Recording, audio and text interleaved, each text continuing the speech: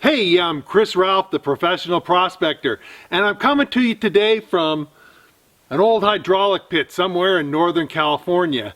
And I'm going to show you some tricks of the trade, some special tips that you may not have ever heard before about finding gold in a hydraulic pit. Now, there were miles and miles of these pits in Northern California, but they're all over the place in Montana, Oregon, Idaho, even a few in Nevada, believe it or not, because it takes water to run these.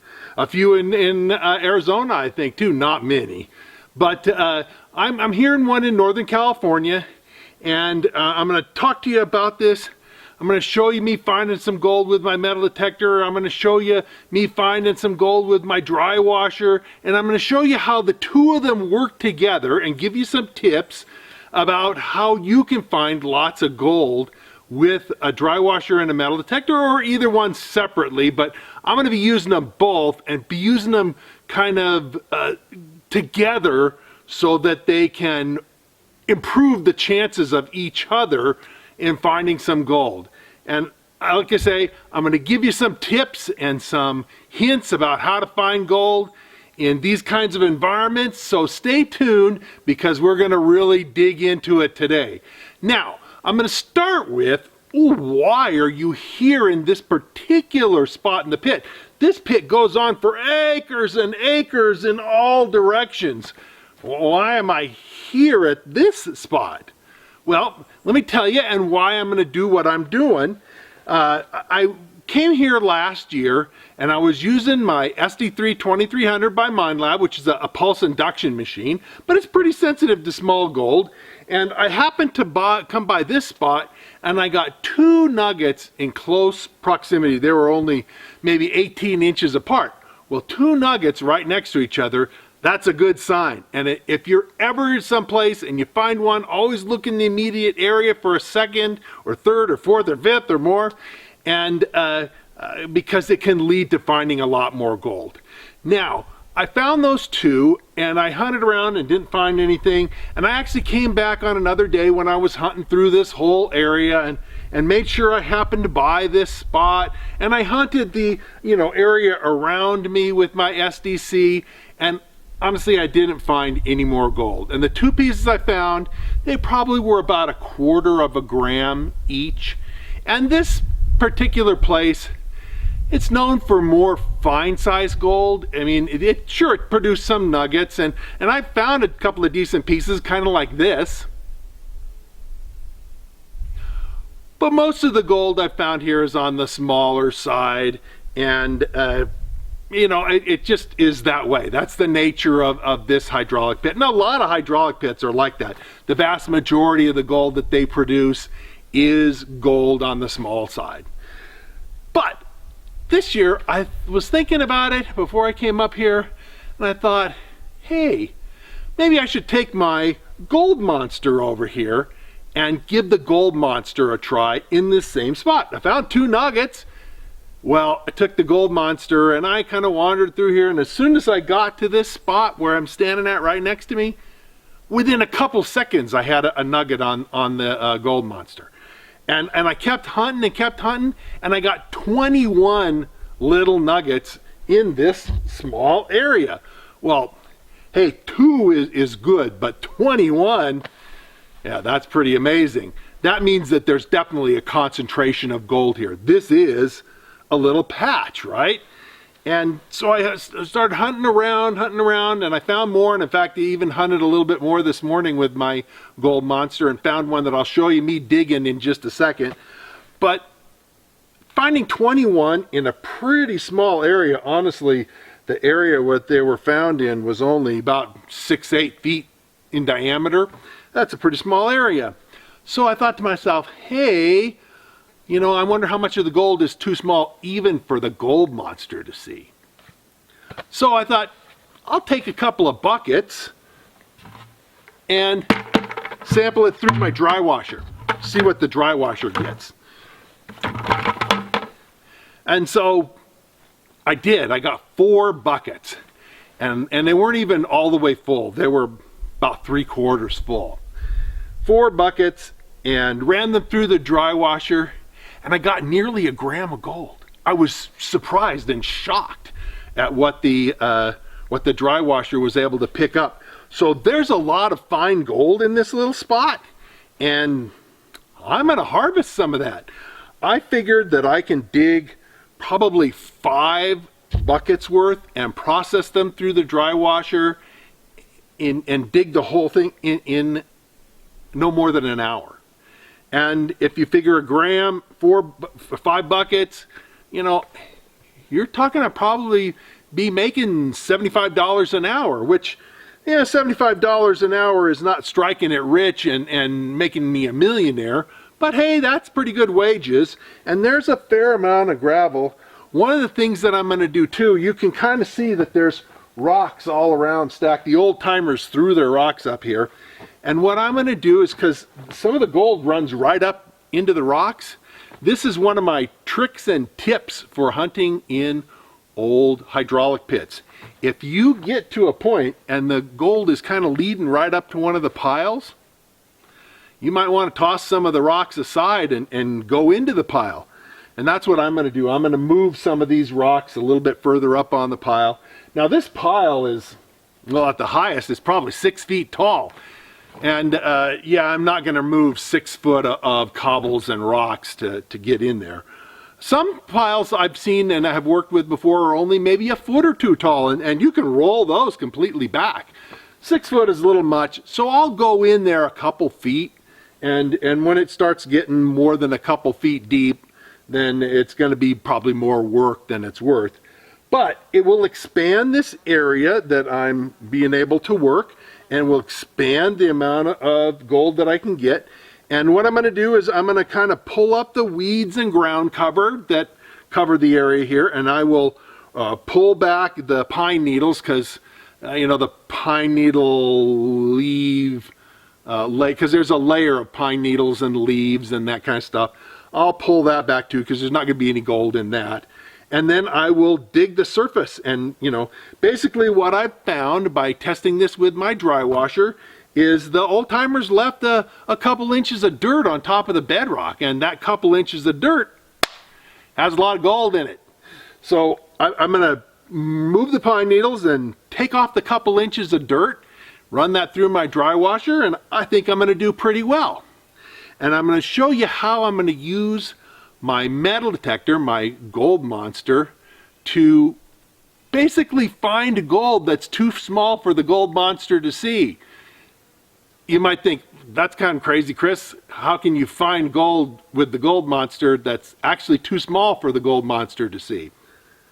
I'm going to show you, so stay tuned, because it'll happen later on in this video. But first, I want to show you just me digging one of the little nuggets that's on this little flat spot. It's probably about, you know, the whole spot is maybe 20 feet by 15 feet, something like that. And I won't, you know, I'm not going to disturb any trees. I'm not going to kill any trees. I don't want to do that. The ground cover and weeds, I'm not so worried about, because they'll be growing back here in you know, almost within a year or so. They'll be growing back, so the weeds will come back. But the trees, well, we won't hurt the trees. But we'll get down here and I'll work this. And honestly, I figured there's a few days worth of work here, and I'll be getting involved in it, and I'll show you how I'm doing. And, you know, I figure to maybe get a quarter to a half an ounce out of this little project. And, you know, half an ounce isn't something that's going to make me super wealthy, but hey, that's good wages. And I'm always about, if I find a spot where I can get a half an ounce of gold, hey, you know, without too much work, I'm going to get in there and dig and get myself some gold. So let me get started. What I'm going to do next, like I say, is show you a nugget a little bit further, about 10-12 feet over here, that's part of this little knob of dirt that the old timers left on top of the bedrock. And I'll show you me digging that little nugget, and then we'll get started with kind of scraping off the dirt, and I'll show you some dry washing, and we'll talk more about the process. But let's go to finding a nugget right now. Okay, so I was just walking around this morning when I got here, and sure enough,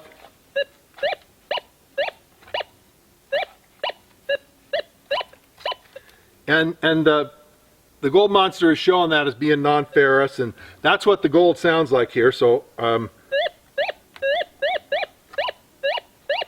about 90% sure that this is a nugget, which is why we're going to dig it on target. So pinpoint it here.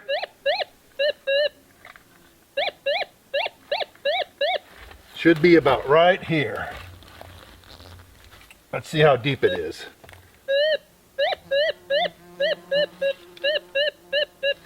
A little deeper.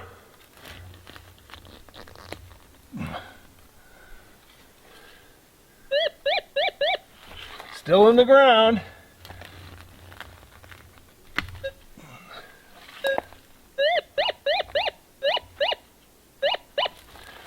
Still definitely in the ground.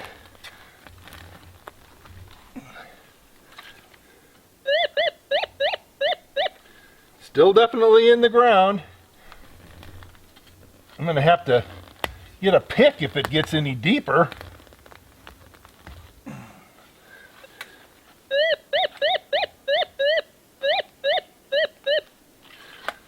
Real certain that it's gold.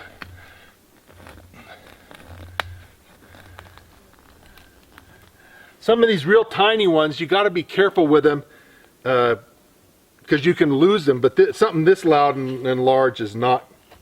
Oh, I think I finally got it.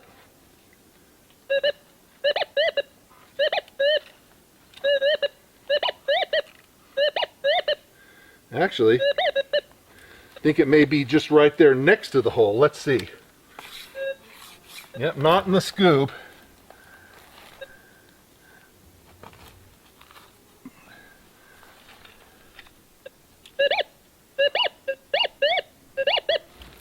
Okay. That's a lesson in being careful when you dig, because if you dig and a little bit of what's in your scoop falls out, you may find yourself hunting around for the target again. I finally got it in my scoop, so I'm going to put the detector down. Still in the scoop, definitely in the scoop.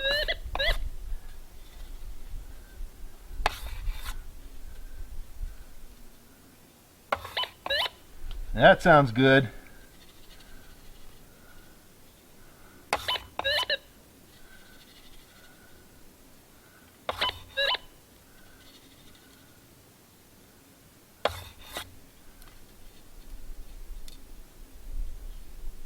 Oh, I see it. It's gold.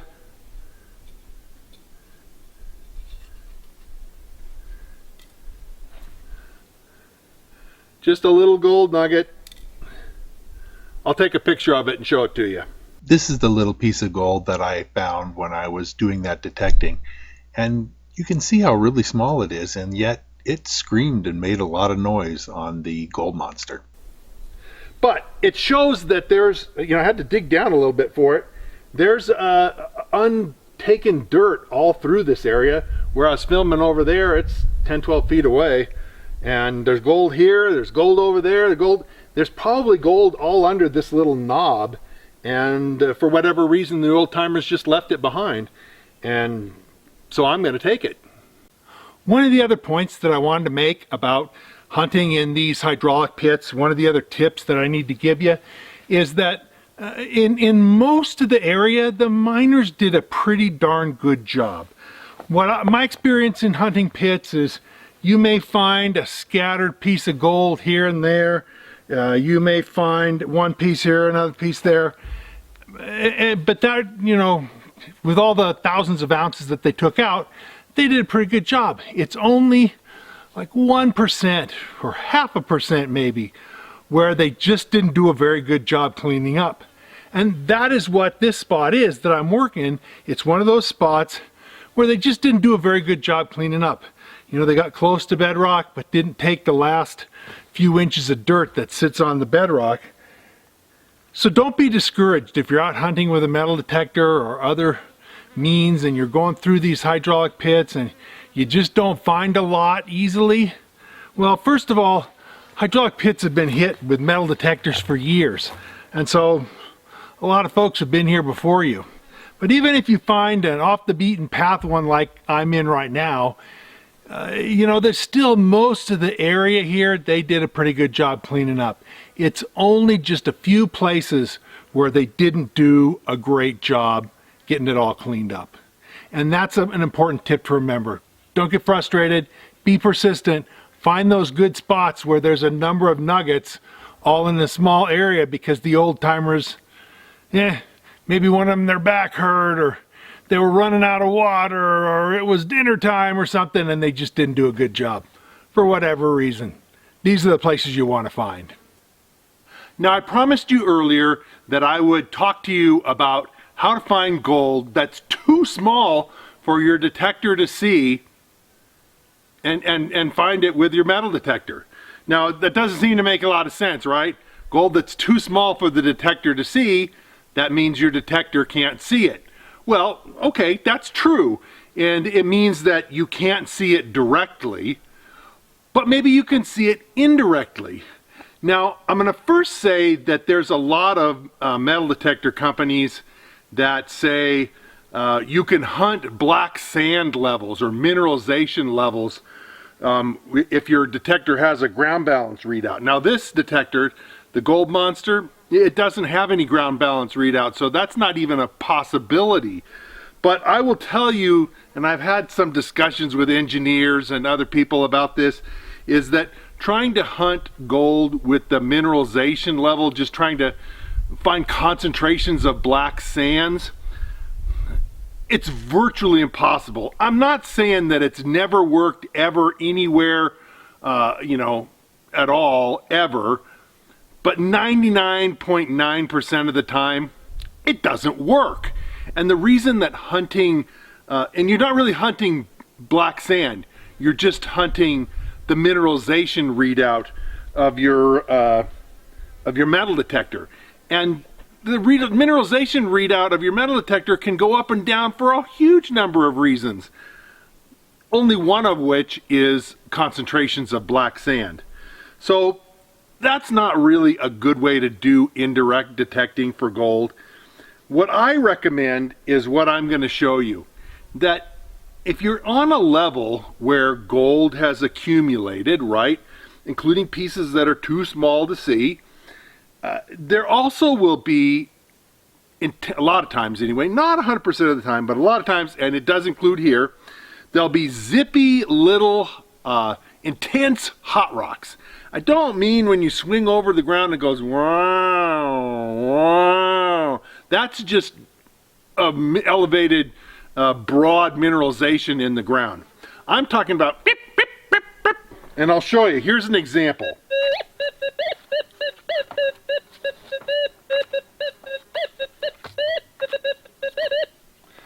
It's just going, and I can tell you that the indications on the Gold Monster are that these are all hot rocks. Now, why is hunting little intense hot rocks good for finding gold? Well, those little intense hot rocks are bits of magnetite and other iron minerals that are heavy, and they will work their way down in a water environment. They're on the bedrock or concentrated on the bedrock, just like heavy materials like gold are concentrated on the bedrock. And so what I'm doing here is the ground itself is, it's not super mineralized. It may make a few groans here and there, those but what I'm hunting with my detector is the zippy little loud, intense hot rocks. And when I dry wash, I get these little chunks of magnetite that are what's sounding off, and the gold is closely associated with them. So I'm not hunting gold I can't see with the Gold Monster directly, because by definition, if you can't see it, that means you can't see it. But I am hunting those zippy little hot rocks that are loud and intense and small, and small-ish, because you could have one. I've been in places where occasionally you'll get a intense hot rock like that that's the size of a golf ball, or maybe even bigger. But Here we've got zippy little ones. They're all like the size of a peanut or a little bit bigger, an almond or something like that. They're not really very big. Half an inch maybe are the biggest ones. But there's concentrations of them in the same places that there's gold because they're heavy. And I'm using the response of my gold monster to indicate where there's good ground that I need to dry wash with these hot rocks. So that's how you can hunt gold that's too small for your detector to see. You can hunt it indirectly by hunting concentrations of strong, heavy hot rocks. It's not always a tool that'll work 100% of the time, but for an experienced prospector, it's a tool that should be in your arsenal. It's something you should understand and keep in your head for when you get into situations like this in an old hydraulic pit. Okay, so here is a view of some of the little hot rocks that I was mentioning in this video. You can see they're all dark colored, high in iron. Some of them look like they're river rounded, others of them look like they're pretty angular. But either way, they really sound off on a VLF type metal detector because of their high iron content. And because they're heavy, they are found in places where things that are heavy concentrate, including gold. Another trick of the trade of knowing where the bedrock is and the gravel is sitting on top of it, because sometimes this is weathered bedrock, you know. Sometimes in weathered bedrock, it's hard to tell. It really is hard to tell between where the gravel ends and the bedrock starts. That's probably a big part of why the miners, the original 1800s miners, left this gravel on top, because they couldn't clearly see what was the end of the gravel and the start of the bedrock, and they had bedrock poking through here and there and said, good enough. But they left me some good gold. So one of the ways that you can tell, and it's kind of a sneaky way, is as you're digging, the roots of the weeds and the ground cover and even the trees and stuff will tend to want to be right at that interface, because that's the best place for them to be, is at the bottom of the gravel and the top of the bedrock. They can't really grow easily through the bedrock, but they can grow through the gravel. But the bottom of the gravel is where the most water is. So when you see the roots forming out a layer, they're forming at the interface between the gravel and the bedrock. That's where they want to be. So the roots can give you a hint as to where bedrock stops and gravel starts. And that can help you find more gold. Again, a little trick of the trade.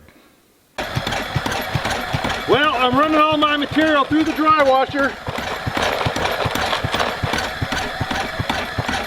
Doesn't take long to process it.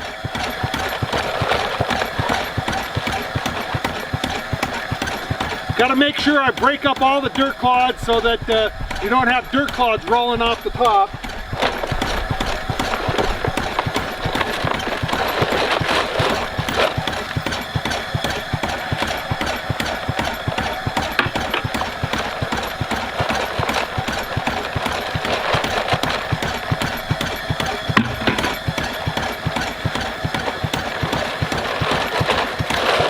The dry washer and the metal detector are two great tools that work even better together.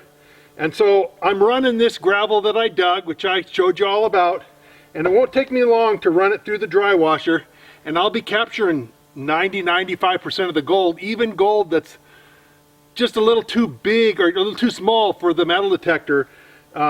It's still plenty and coarse enough. There's not a lot of real super fine dust in this material. They're just little tiny pieces of just the right size for the dry washer to catch.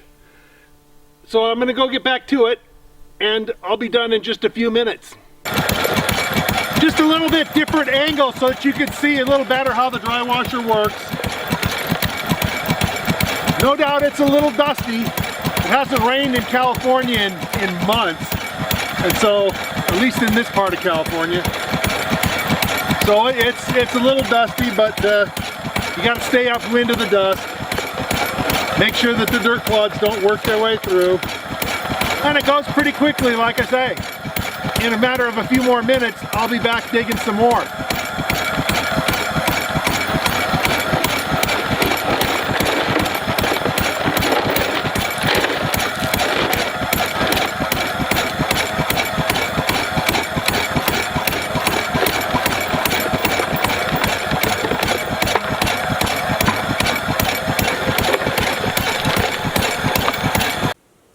One of the things I want to be sure to mention is that in using a metal detector with a dry washer, you should always check your dry washer tailings with your metal detector to see if somehow a nice nugget maybe did get caught up in a dirt clod and went over on the oversized material, and check the tailings to see if you might have missed something in the tailings. And then also, on top of it, the third thing is you got to check your dig hole. I have found real nice gold nuggets in all three of these kinds of locations. In the dig hole that I was digging, you know, maybe some little crevice in the bedrock I missed. I found it in my tailings through the dry washer. Not so much, a few little pieces, but hey, who wants to let go a few little pieces? And then also in the header piles of the dry wash, the oversized for your dry washer screen. So always use your metal detector to check the dry washer tailings and the dig hole that you are digging out of, because you might have missed a nugget. Maybe I found a ½ ounce nugget one time just about 6 or 8 inches further out in the hole. Like here was the edge of the hole and there was a ½ ounce nugget just to further out, but by going across there with my metal detector, metal detector said, hey, there's something out there, and I dug and I got rewarded for it. So always check your stuff with your metal detector before you call it a day. So here's the gold I ended up with from my dry washing efforts. 3.1 ounces is just about 1/10 of an ounce, a lot less than the 3/4 to 1/2 that I had expected. But then the truth is, I didn't process nearly as much gravel as I expected either. I spent more time metal detecting and filming and doing other stuff. So there's still a lot of gravel there to be processed, and I'm sure by the time I get all that gravel dug that I will be in the 1/4 to 1/2 ounce range with cleaning that area out, because it's a pretty good sized area and there's some good gold still there waiting for me. Well, I hope you enjoyed today's video on metal detecting and dry washing for gold, with special hints and tips about hunting in hydraulic pits. Like I say, hydraulic pits can be found not just in California, but in all kinds of states all over the West. And they're good places to go look for gold, are one of my favorites. Now, if you want to increase your skills as a gold prospector, learn more about how to find gold, because honestly, finding gold is a skill just like being a plumber or an electrician. It's what you know that makes the difference for success or not. And if you want to become a better prospector, well, I wrote a book with all kinds of information. Basically, it's an encyclopedia about prospecting for gold. It's called Fistful of Gold, and I'm going to tell you a little bit more about my book right now. So let me tell you a little bit more about my book. It's called Fistful of Gold, and I wrote it because I want you to be able to go out and find for yourself fistful of gold. And you can see that it's an encyclopedia with all kinds of information, pictures, and that sort of thing. It's not in color, but color would have cost me a lot more to have printed, and so the book would have cost a lot more. It's for sale on Amazon, and you can pick it up. I'll put a link in the description below. I also serve as the editor for a prospecting magazine. It's ICMJ's Prospecting and Mining Journal. And honestly, you should check that out. We got stories and information, legal stuff, everything you know to increase your skills as a prospector. I write articles in this every month, and a lot of other very experienced prospectors contribute to the magazine as well. So check the magazine out. Also, I have a website, and the website is at NevadaOutbackGems.com. I'll put a link for it in the description below, but there's gobs of information there that you will find useful in your prospecting efforts.